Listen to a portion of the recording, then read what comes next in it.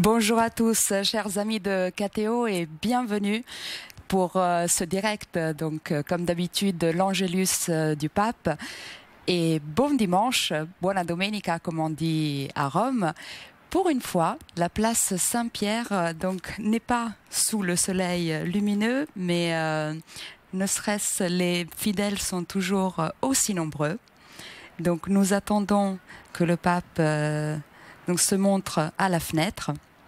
Et je vous rappelle que hier, il a reçu en audience 6000 membres de Confindustria, c'est la fédération italienne des industriels.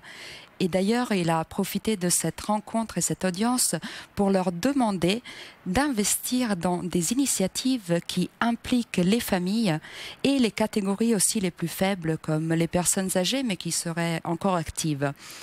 Il leur a demandé aussi de mettre toujours au centre d'une entreprise la personne, l'homme. Et voilà que le rideau s'ouvre, le pape est arrivé. Nous allons suivre et voir avec lui son message d'aujourd'hui.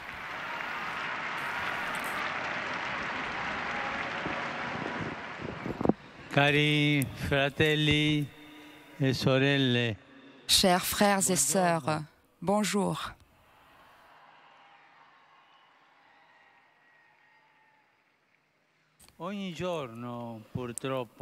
Chaque jour, malheureusement, les actualités rapportent de mauvaises nouvelles, des homicides, des accidents, des catastrophes.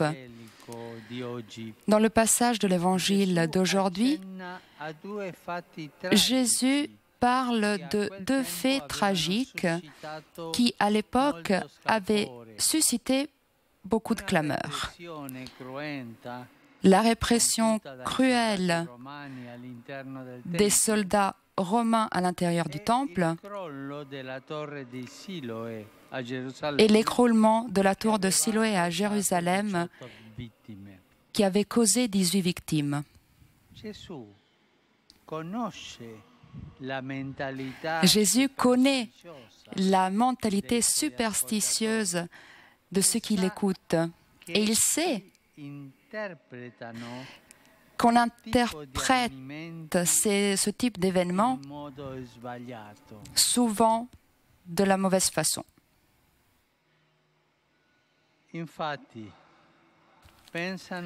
En effet, ils pensent que si ces hommes-là sont morts si cruellement, c'est un signe que Dieu les a punis pour une ou plusieurs fautes graves qu'ils avaient commises, comme pour dire ils le méritaient. Au contraire, le fait d'avoir été épargnés par ces disgrâces les faisait se sentir bien.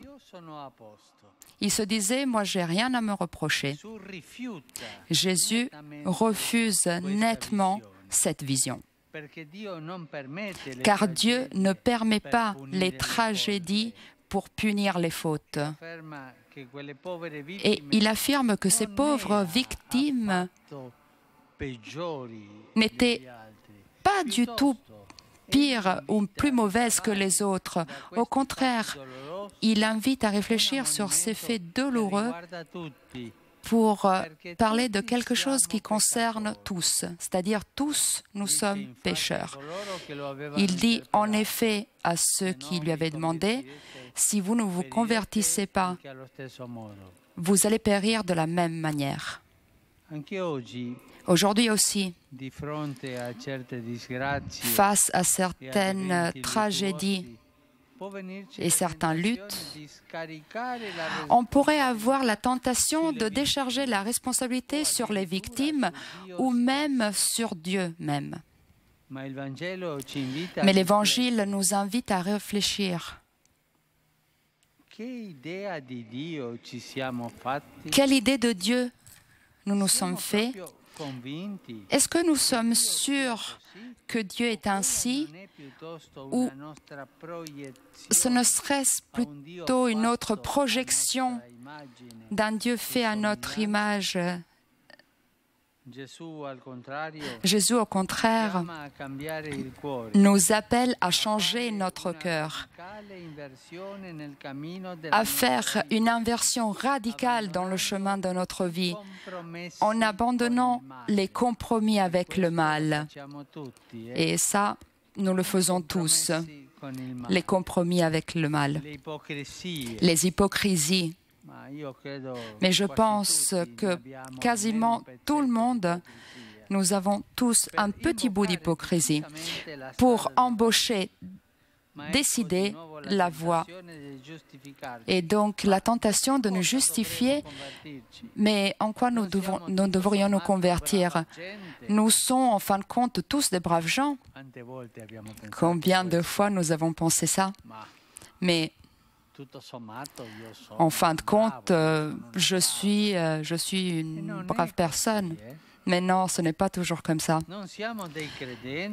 Nous ne sommes pas des croyants et même suffisamment pratiquants, mais nous pensons que, en faisant ainsi, nous sommes justifiés. Malheureusement, chacun de nous ressemble beaucoup à un arbre qui, pendant des années, a donné beaucoup de preuves de sa vitalité. Mais pour notre chance, Jésus est semblable à cet agriculteur qui, avec une patience sans limite, a toujours de l'espoir pour le ficus qui ne donne pas de fruits. Nous allons voir encore cette année s'il va apporter des fruits. Et donc une année de grâce. Le temps du ministère du Christ, le temps de l'Église avant son retour glorieux, le temps de notre vie, échéancé par un certain nombre de carèmes qui viennent nous offrir comme des chances de salut. Un temps d'année jubilaire de la miséricorde. La patience indestructible de Jésus. Avez-vous pensé à la patience de Dieu? Avez-vous pensé aussi à sa préoccupation pour les pécheurs? Qu'est-ce qui nous ferait penser par rapport à nous-mêmes? Il n'est jamais trop tard pour se convertir. Jamais. Jusqu'au dernier moment, la patience de Dieu qui nous attend. Rappelez-vous cette petite histoire de Sainte Thérèse du Petit Jésus quand elle priait pour cet homme condamné à mort, un criminel qui ne voulait pas recevoir le confort de l'Église. Il repoussait le prêtre, il n'en voulait pas. Il voulait mourir ainsi, comme il était. Et elle priait au couvent. Et quand cet homme était sur le point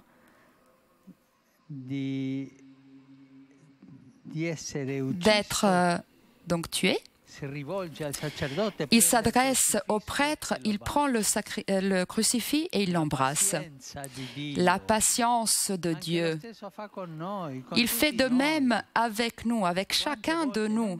Combien de fois nous ne savons pas, mais combien de fois nous sommes sur le point et en fait le Seigneur nous sauve.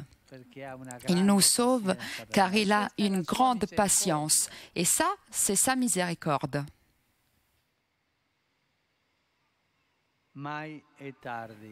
Il n'est jamais trop tard pour se convertir. Mais il est urgent. Donc, commençons aujourd'hui. Que la Vierge Marie nous soutienne pour qu'on puisse ouvrir le cœur à la grâce de Dieu, à sa miséricorde, et qu'il nous aide à ne jamais juger les autres, mais nous laisser nous provoquer par les tragédies quotidiennes pour faire un examen de conscience sérieux et revoir notre position. Ave Maria, gratia plena, Dominus tecum, benedicta tui mulieribus et benedictus fructus ventris tui, Iesus. Santa Maria, Mater Dei, ora pro nobis peccatoribus, nunc et in hora mortis nostre. Amen. Ecce ancilla Domini. Fiat mi secundum verbum tuum. Ave Maria, gratia plena, Dominus tecum, benedicta tui mulieribus et benedictus fructus ventris tui, Iesus. Santa Maria, Mater Dei, ora pro nobis peccatoribus, nunc et in hora mortis nostre. Amen. Et verbum caro factum est. Et habitavit in nobis. Ave Maria, gratia plena, Dominus tecum, benedicta tui in mulieribus et benedictus fructus ventris tui, Iesus. Santa Maria, Mater Dei, ora pro nobis peccatoribus, nunc et in hora mortis nostre. Amen. Ora pro nobis, Santa Dei Genitrix. Udini ficiamur promissionibus Christi. Gratiam Tuam quesumus Domine, mentibus nostris infunde, ut che angelo nunziante, Christi Filii Tui incarnationem coniovium, per passionem eius et crucem, a resurrectionis gloriam perducamur, per eundem Christum Dominum nostrum. Amen. Gloria Patri et Filio et Spiritui Sancto. Sicut erat in principio et nunc et semper et in saecula saeculorum. Amen. Gloria Patri et Filio et Spiritui Sancto. Sicut erat in principio et nunc et semper et in saecula saeculorum. Amen. Gloria Patri et Filio et Spiritui Sancto. Sicut erat in principio et nunc et semper et in saecula saeculorum. Amen. Pro fidelibus defuntis, requiem aeternam dona eis Domine, Et lux perpetua lucia eis. requiescat in pace. Amen. Sin nomen Domini benedictum. Et hoc nunc et usque in saeculum. Aiutorium nostrum in nomine Domini. Qui fecit caelum et terram. Benedicat vos omnipotens Deus, Pater et Filius et Spiritus Sanctus. Amen.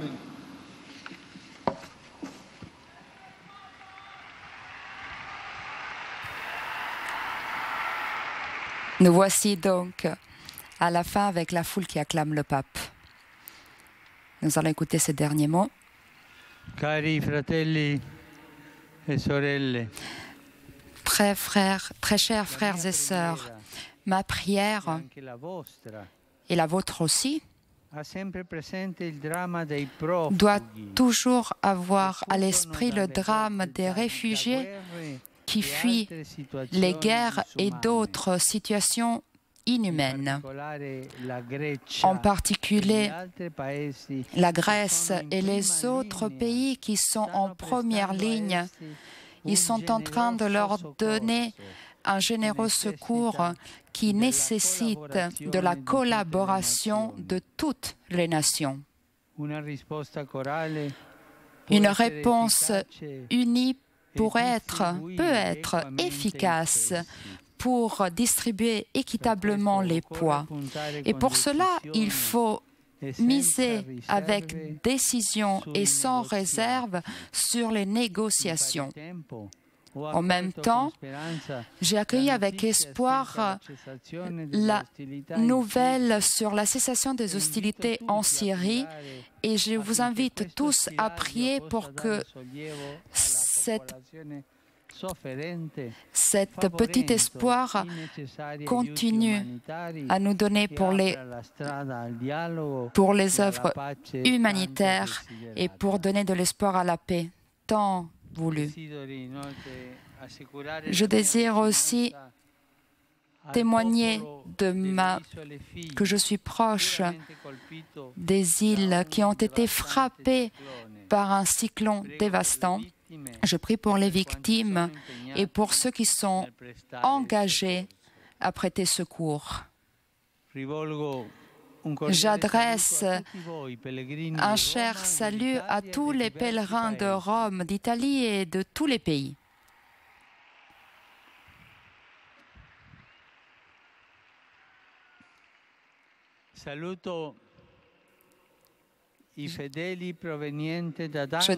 J'accueille les fidèles qui viennent d'Anzica, les indigènes du Biafra,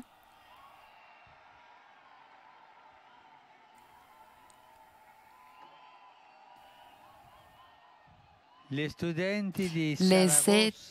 étudiants de Saragosse ou de l'Elbe, Cordoba et encore Safra, les jeunes de Formentera et les fidèles de Caen.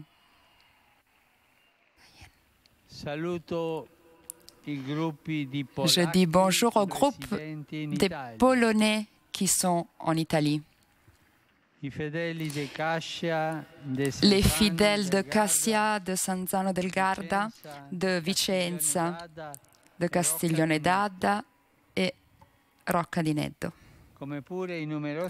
Comme ainsi les nombreux jeunes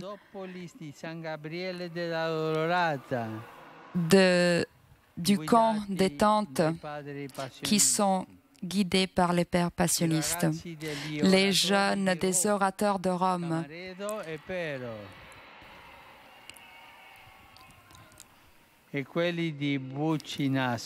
et aussi ceux de Bucinasco, et l'école des sœurs immenses filles de Marie Immaculée de Padova. Bonjour au groupe aussi qui est venu exprès pour la journée des maladies rares avec une prière spéciale et un encouragement à vos associations. À tous, je souhaite un bon dimanche. N'oubliez jamais de prier pour moi. Bon déjeuner et à bientôt.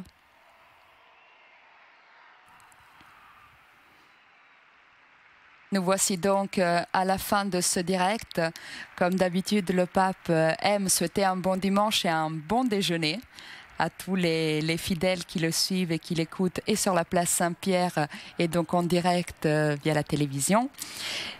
Nous faisons de même donc avec vous. Merci à tous de nous avoir suivis et de votre fidélité également.